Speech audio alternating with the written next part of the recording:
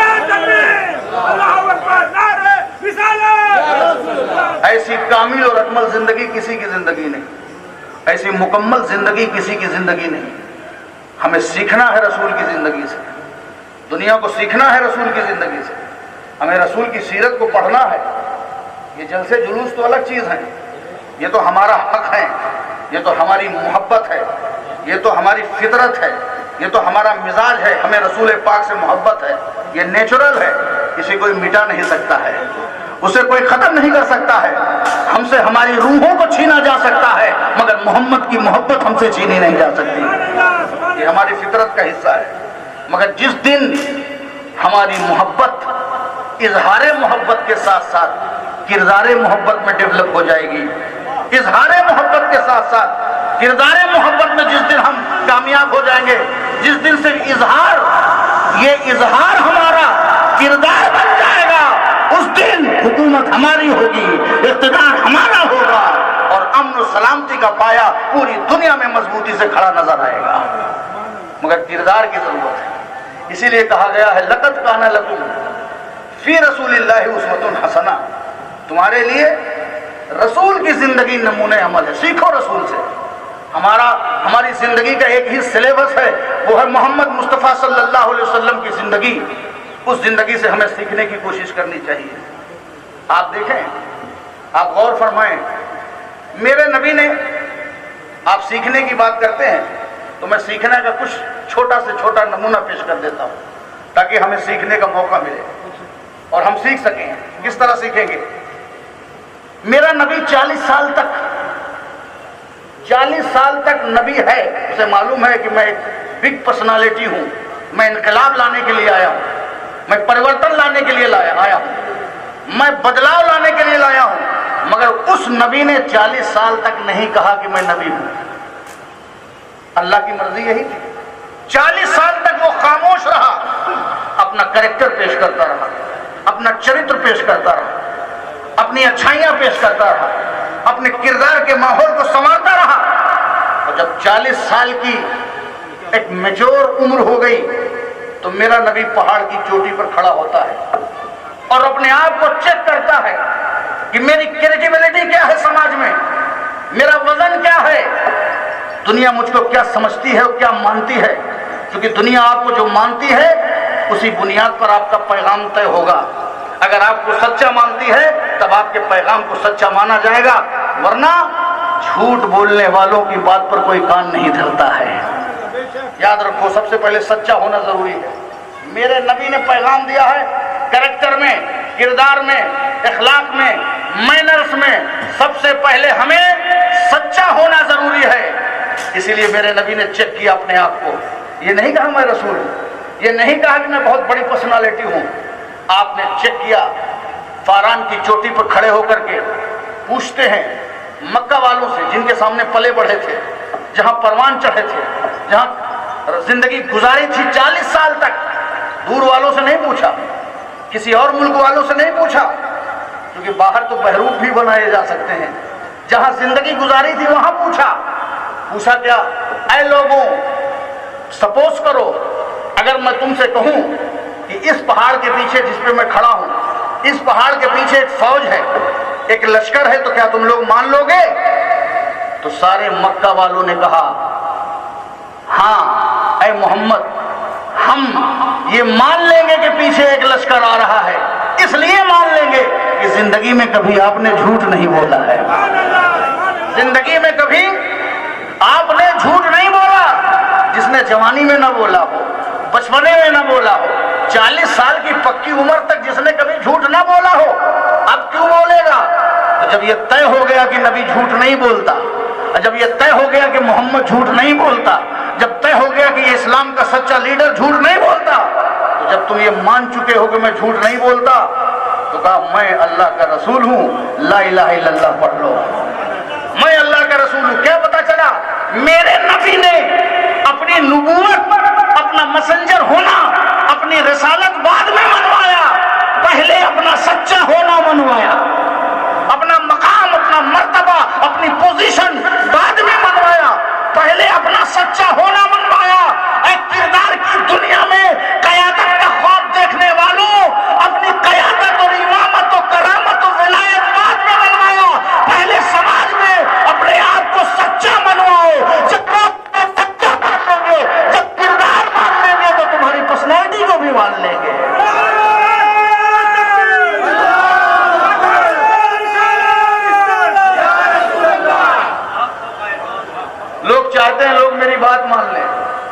چاہتا ہے بیٹا میری بات مان لے، پیر صاحب چاہتے ہیں مرید میری بات مان لے، امام چاہتے ہیں مقتدی میری بات مان لے، استاد چاہتے ہیں کہ شاگرد میری بات مان دے، نیتا چاہتے ہیں کہ فالوورز ہماری بات مان لیں، لیکن ذات منوانے سے پہلے ذات منواؤ، شخصیت منواؤ، اپنی پرسنالٹی کو منواؤ، اپنے چرتر کو منواؤ، اپنے کریکٹر کو منواؤ، اپنے کردار کو منواؤ۔ اگر آپ کا کردار تسلیم کر لیا جائے گا تو آپ کی بات بھی مان لی جائے گی۔ سبحان اللہ۔ یہ بیٹے کیوں نہیں مانتے؟ تجھے دیکھتے ہیں کہ باہر کچھ ہے اندر کچھ اور ہے، اسی لیے اپنے کریکٹر کو منواؤ۔ اور میرے نبی نے کریکٹر کو منوایا، میرے نبی نے کردار کو منوایا۔ میں آپ کو توجہ دلانا چاہتا ہوں ہمارے محترم شندے صاحب، ایک چیز کی طرف توجہ دلاتا ہوں۔ 40 سال کی عمر میں میرے نبی نے پہلا اعلان کیا کہ میں نبی ہوں، میں میسنجر آف گاڈ ہوں، یہ 40 سال کی عمر میں۔ اس کے بعد آپ دنیا میں 23 سال اور جیوت رہے، 63 سال کی عمر میں آپ اس دنیا سے رخصت ہوتے ہیں ہماری نظروں سے۔ 23 سال کے اندر میں چیلنج کرتا ہوں، لاؤ دکھاؤ کوئی ایسا انقلاب، ایسا پریورتن جس نے صرف 23 سال کی عمر میں سماج کا دھارا چینج کر دیا۔ جو چور تھے، ڈاکو تھے، وہ رہبر ہو گئے، وہ سچے ہو گئے، وہ صداقت والے، وہ سخاوت والے، وہ عدالت والے، وہ امامت والے، وہ شجاعت والے، وہ بہادری والے، وہ رحم کرنے والے۔ جو قوم اپنی بیٹیوں کو شرم کے مارے گاڑ دیتی تھی، وہ قوم بیٹیوں کو عزت دینے لگی۔ یہ 23 سال کی عمر میں، صرف 23 سال کی عمر میں رسول نے اتنا بڑا انقلاب پیدا کر دیا کہ 23 سال کے اندر قیصر و کسریٰ اس وقت سپر پاور تھے جسے آج رشیا اور امریکہ ہے، اسی 23 سال کے اندر جو نبی بے دست و پا اٹھا تھا، اپنی امن سے، اخلاق سے، محبت سے، کردار سے، کریکٹر سے وہ انقلاب پیدا کیا کہ 23 سال کے اندر 2 سپر پاور مسلمانوں کے قدموں میں ڈھیر ہو گئی ہے۔ کہاں سے ڈھیر ہو گئی؟ کریکٹر کی وجہ سے، کردار کی وجہ سے۔ جب دل کردار سے جیتے جاتے ہیں، دل تلوار سے نہیں جیتے جاتے ہیں۔ اگر ہتھیار سے کسی کا دھرم پھیل سکتا ہوتا تو ناگاساکی اور ہیروشیما پر جب امریکہ نے ایٹم بم برسائے تھے تو سارے لوگ کرسچن ہو جاتے، سارے لوگ عیسائی ہو جاتے۔ ہتھیار سے وقتی بربادی ہوتی ہے، مگر اپنا من کوئی سونپتا ہے کسی کو تو وہ کردار کی بنیاد پر خواجہ غریب نواز اسی اخلاق مصطفیٰ کا نمونہ بن کر کے ہندوستان پہ تشریف لائے، ایک قطرہ خون بہائے بغیر 90 لاکھ لوگوں کو اسلام کے کلمے میں جگہ دیتے، آپ کے دامن میں جگہ دیتے۔ نعرہ تکبیر، اللہ اکبر، نعرہ رسالت، یا رسول اللہ۔ یہ کریکٹر ہوتا ہے، یہ کردار ہوتا ہے، یہ زندگی ہوتی ہے، یہ لائف سٹائل ہوتی ہے، یہ طرز زندگی ہوتی ہے۔ تو میرے نبی کی طرح پاکیزہ، میرے نبی کی طرح خوبصورت اور میرے نبی کی طرح کمپلیٹ زندگی کسی بھی مہاپرش کی نہیں ہے۔ یہاں کوئی مقابلہ بازی مقصود نہیں ہے، تاریخ ہے۔ 1,24,000 کم و بیش پیغمبر آئے اور ساری خوبیاں میرے نبی میں ہیں، مقابلہ نہیں ہے۔ آپ سے پہلے دنیا میں جتنے بھی پیغمبر پیدا ہوئے ساری خوبیاں میرے نبی میں ہیں۔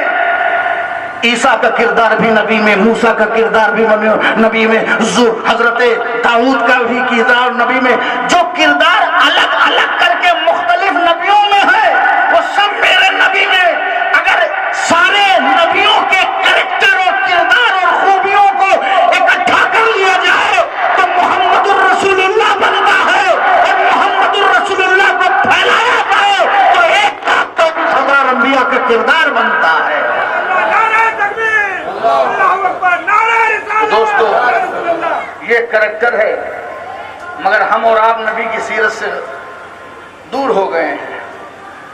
ہمیں تو بس دنیا داروں کی سیرت سامنے آتی ہے۔ نبی کی سیرت پڑھیں اور دنیا کو بتائیں جو نبی کی سیرت کا منظر بن کر کے ہندوستان میں آیا، نظام الدین اولیاء کی طرح، خواجہ معین الدین کی طرح. دیکھیے آپ نے لوگوں کا دل جیتا.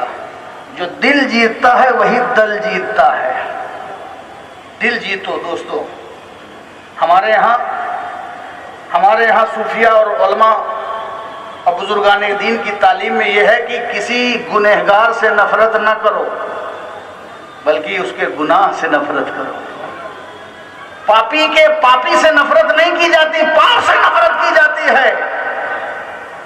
پاپی بھی انسان ہے، انسان ہی دین کا موضوع ہوتا ہے. اگر انسانوں کو نفرت کرو گے، مار دو گے، کاٹ دو گے، قتل کر دو گے تو پھر فالوور کون ہوگا؟ شش کون بنے گا؟ عقیدت مند کون بنے گا؟ ہم پاپی کو مارنے نہیں، پاپ کو مارنے کے لیے کام کرنا چاہیے اور انسان کو اپنے سے قریب کرنا چاہیے، کیونکہ انسان ہی ہمارا ٹاپک ہے. ہماری زندگی کا عنوان انسانی ہے. انسانی نہیں رہے گا، ہم ہی جو نہ ہوں گے تو کیا رنگے محفل. انسان ہی نہیں بچے گا تو کیا ہوگا. بس ایک بات کہہ کر کے میں اپنی بات ختم کرتا ہوں.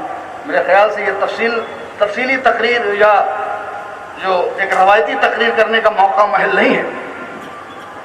آئیے میرے نبی کی سیرت سے ایک جھلکی دیکھیے، اور بہت مشہور بات ہے، سب کے سمجھ میں آ جائے گی. ابھی میرے نبی نے نبوت کا اعلان نہیں کیا ہے، اس زمانے کی بات ہے. کعبہ کی تعمیر ہو رہی ہے اور جھگڑا ہو گیا آپس میں. مکہ میں لوگوں میں جھگڑا ہو گیا. کائے کے جانے میں ایک پتھر تھا جو بہت پوتر تھا، وہ جنتی پتھر تھا، اس کو کعبہ کے دیوار میں لگانا تھا، اس کے بارے میں جھگڑا ہو گیا. اور کیا جھگڑا ہو گیا؟ میں لگاؤں گا، میرا خاندان بڑا ہے، میری ذات بڑی ہے، میری برادری بڑی ہے، میرے پاس طاقت زیادہ ہے، ہم امیر زیادہ ہیں، ہم بڑے خاندان والے زیادہ ہیں، میں بڑی کی تو بڑا. اسی کی لڑائی کل بھی تھی اور اسی کی لڑائی آج بھی ہے. میں انائگریشن کروں گا، میں ہی پتھر رکھوں گا، آج بھی لڑائی ہے. پل چاہے کسی کا اور کا ہو، پتھر چاہے کوئی اور رکھتا ہو، آج بھی لڑائی اسی کی چلتی رہتی ہے. لڑائی ہوتی رہی، لیکن اس لڑائی کا حل کیا ہے؟ اور لڑائی کس بارے میں تھی؟ جنتی پتھر کے بارے میں. وہ جنت کا پتھر تھا، حجر اسود جس کو کہتے ہیں. پتہ چلا لڑائی کسی کے بارے میں بھی ہو سکتی ہے، جنتی چیزوں کے بارے میں بھی لڑائی ہو سکتی ہے. جنتی پتھر، یہ پتھر کی لڑائی آج کی نہیں، پہلے کی ہے. جنتی پتھر کے بارے میں لڑائی ہو گئی. میں لگاؤں گا کب تک لڑتے رہو گے؟ ایسا کرو کسی کو جج بنا لو، کسی کو فیصلہ کرنے والا بنا لو. وہ جس کو کس کو بنائیں گے؟ اب اس میں بھی تو لڑائی ہے کہ جج بنے گا کون؟ اب کس کو بنائیں گے؟ ایسا کرتے ہیں کہ ہم لوگ رات بھر انتظار کرتے ہیں، اور جو اس حرم سے، مسجد حرم کے سامنے دروازے سے، انٹرنس سے، جو صبح سب سے پہلے آئے گا اسی کو ہم اپنا جج بنا لیں گے، وہ جیسا فیصلہ کر دے گا. سمجھ گئے آپ؟ جج لوگ وہی بنتے ہیں جو صبح اٹھتے ہیں.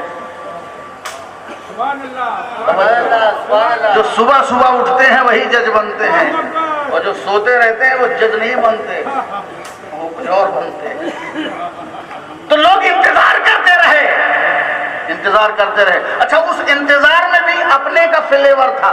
میرا بیٹا آ جاتا، میرا چچا آ جاتا، میرا بھتیجا آ جاتا، میرے خاندان کا کوئی بڑا بوڑھا آ جاتا، کوئی تو آ جاتا. اس میں یہ سوچ رہے تھے، سوچتے رہتے، انتظار کرتے رہے. اور صبح وہی دکھائی پڑا جو سب سے صبح آیا ہے. صبح صادق میں 12 ربیع الاول کو آمینہ کی گود میں عبداللہ کے آنگن میں جو چاند اترا تھا، وہی چاند صادق بن کر کے سب سے صبح دیکھا تو محمد مصطفیٰ آ رہے ہیں. ایسے کوئی لیڈر بنتا ہے جو صبح اٹھتا ہے، وہی لیڈر بنتا ہے. تو سب سے پہلے دیکھا کہ محمد مصطفیٰ آ رہے ہیں. اب جیسے ہی مصطفیٰ کو دیکھا تو جو لوگ اپنے بھی خاندان کے بارے میں سوچ رہے تھے، انہوں نے کہا ارے یہ تو محمد آ گئے, اب تو مسئلہ الجھا نہیں رہے گا, اب تو سلجھ جائے گا, اب تو بگڑی بنانے والے آ گئے, اب تو الجھن کو دور کرنے والے آ گئے, اب تو سچے آ گئے, اب تو امانت ادا کرنے والے آ گئے, اب تو امین آ گئے, اب تو صادق آ گئے. کریکٹر ایسا ہو کہ جب نکلو تو سماج کہے امین ہے, سماج کہے صادق ہے, سماج کہے بہتر ہے, سماج کہے پاکیزہ ہے, سماج کہے ایماندار ہے. کریکٹر ایسا ہو کہ تمہاری کریکٹر کی گواہی دنیا کی زبان دیتی رہے. اپنے پسندیدہ منقبت خانوں سے منقبت پڑھوانا اور ہے, اور زبانیں خلق پر نکارے خدا تمہارا کردار کا بچنا اور ہے.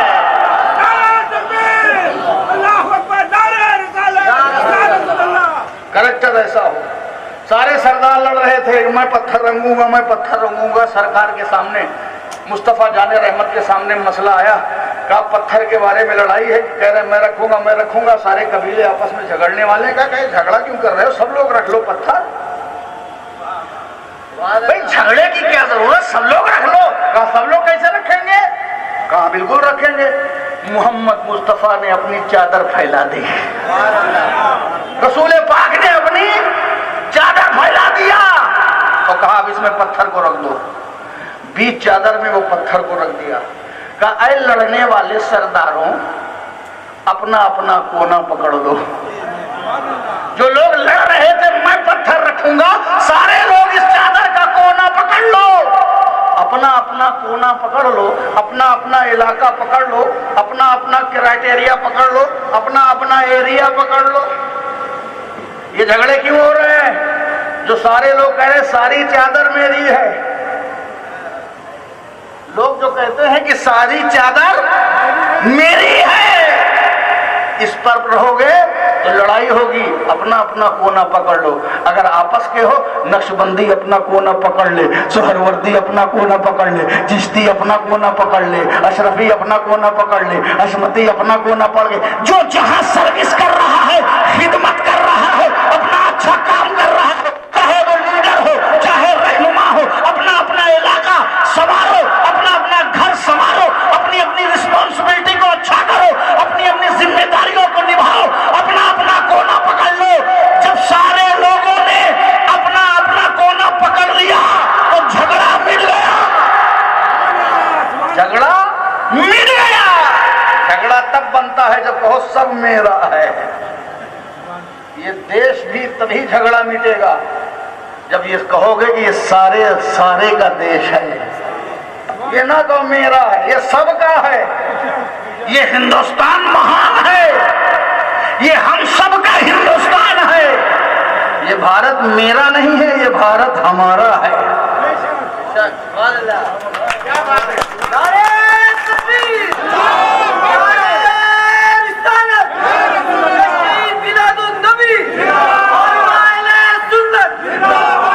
یہ بھارت میرا نہیں ہے, یہ بھارت ہمارا ہے. جب سشیل کمار شندے اور نسیم الدین ساتھ میں بیٹھتا ہے تب لگتا ہے یہ بھارت ہے. بھارت ہمارا ہے. ایک بات اور بہت صفائی سے میں کہہ دوں, کیونکہ میں سیاسی آدمی تو ہوں نہیں, اور نہ مجھے سیاست کا کوئی تجربہ ہے, اور نہ میں بننا چاہتا ہوں, اللہ کرے نہ کبھی بنوں, مگر سمجھتا ہوں, ان لوگوں کی صحبت میں سمجھتا ہوں. میں یہ صاف صاف کہنا چاہتا ہوں کہ بھارت اس لیے مہان نہیں ہے کہ یہاں دریا ہیں, پہاڑ ہیں, جھرنے ہیں, جھیل ہیں, ندی ہیں, باغ ہیں, بغیچے ہیں. اس لیے مہان نہیں ہے کہ یہاں دریا ہیں, پہاڑ ہیں, جھیل ہیں. یہ تو ہر ملک میں ہوتے ہیں. بھارت اس لیے مہان ہے کہ یہاں سارے سمودائے کے لوگ, سارے بھانت بھانت کی بولی بولنے والے, multi culture India, multi language India, سنسکرتوں کو آپس میں مل جل کر اپنی اپنی آزادی, سمویدھان کے مطابق دی ہوئی آزادی کے مطابق اپنے اپنے جیون اور عقیدے کو گزارنے کا پورا حق حاصل ہے. اس لیے بھارت مہان ہے. جس دن یہ نہیں رہے گا بھارت مہان نہیں رہے گا. یاد رکھنا, اسی مہانتا کو بچانا ہے. امن و سلامتی کو پیغام دے کر کے تم تیر آزماؤ ہم جگر آزمائیں گے، تم پتھر برساؤ ہم پھول برسائیں گے، مگر اس بھارت کو برباد نہیں ہونے دیں گے جسے خواجہ معین الدین نے چمکایا ہے، جسے یہاں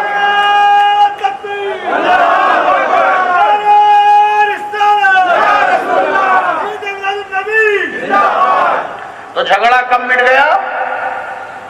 اس پتھر کے بارے میں جب سب نے اپنا اپنا حصہ پکڑ لیا، تو اپنا اپنا حصہ پکڑو، سب کو حصہ مل گیا، جھگڑا ٹل گیا۔ لے گئے دیوار کے پاس جہاں لگانا تھا، سب کونا پکڑ کے لے کے گئے۔ اب محمد مصطفیٰ جو سب سے مقدس و پوتر تھے، انہوں نے اس پوتر پتھر کو اٹھا کے سب سے پوتر جگہ پر رکھ دیا، جھگڑا بھی ٹل گیا اور حق حقدار کو بھی پہنچ گیا، جھگڑا بھی ٹل گیا اور حق حقدار کو بھی، وہی اس پتھر کو رکھنے کے پاتر تھے، وہی پوتر تھے، پتھر بھی پوتر تھا اور پوتر جگہ پہ لگا کر کے ان کا حق ادا ہو گیا، تو جھگڑا مٹ گیا۔ جھگڑا تب مٹا جب سب نے رسول اللہ کی چادر پکڑ لی، بس فائنل۔ جھگڑا تب مٹا جب سب نے رسول اللہ کی چادر پکڑ لی ہے۔ مسلمانوں، خاص طور پر سن لو، یہ جو جھگڑا ہو رہا ہے، پتہ لگاؤ کہیں رسول اللہ کی چادر تو نہیں چھوٹی ہے، پتہ لگاؤ کہیں رسول اللہ کی چادر نہیں چھوٹی ہے۔ آؤ پھر سے ان کی الفت کی چادر، ان کی محبت کی چادر، ان کی نسبت کی چادر، ان کی طہارت کی چادر، صحابہ کی عظمت کی چادر، اہل بیت کی محبت کی چادر، اولیاء کے تقدس کی چادر، مساوات کی چادر، اخوت کی چادر، بھائی چارگی کی چادر، مساوات کی چادر، تعلق کی چادر، اٹیچمنٹ کی طاقت چادر، لو پیار کی چادر، چرک کی چادر، کردار کی چادر، ایک بار پھر محمد مصطفیٰ کی محبت کی چادر تھام لو،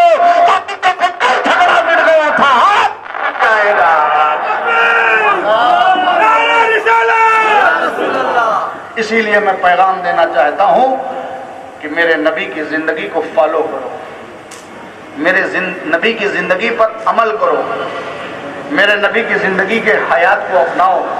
تم میں کتنے لوگ ہیں جنہوں نے نبی کی زندگی کو پڑھا ہوگا؟ ان کی برتھ سے لے کر کے ان کی پاکیزہ انتقال تک کس نے میرے نبی کی زندگی کو پڑھا ہے؟ بہت کم لوگ ہیں جنہوں نے نبی کی زندگی کو پڑھا ہے۔ میری گزارش ہے سارے لوگ، ہمارے ہندو مسلمان بھائی سکھ عیسائی جتنے لوگ ہیں، بڑی محبت کے ساتھ ایک بار میرے نبی کی زندگی کو پڑھیں، تو انشاءاللہ جیسے نبی کی زندگی ختم ہوگی کتاب کی صورت میں، تمہاری زندگی خود ایک روشن کتاب بن جائے گی۔ وآخر دعوانا ان الحمدللہ۔